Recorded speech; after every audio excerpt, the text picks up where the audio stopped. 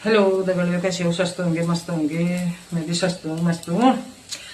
आज सुबह सुबह और वीडियो बनाने लग गई मैं। आज भी माड़ा बना रही हूँ। अब रोज रोज माड़ा ही बना रही है बोलोगे आप लोग भी। आज भी बनाने लग गई मैं, सच्ची में। क्या माड़ा ही बना रही हूँ, ये देखोगे। आज भी मैं माड़ा ही बना रही हूँ। ये माड़ा थोड़ा आटा बचा हुआ था, मैंने कहा इसको खत्म करते हुए बाद में खराब हो जाता है ना, इसलिए माड़ा बना रही हूँ।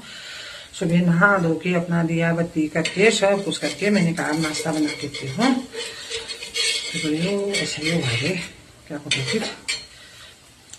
अकेली हुई, अकेले में एक रोटी एक ही माड़ा तो खाने वाली थी।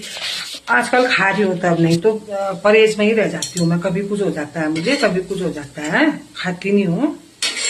परहेज कर करके हालत खराब हो गई, क्या करूँ। तो बड़ी ऐसा ही हुआ।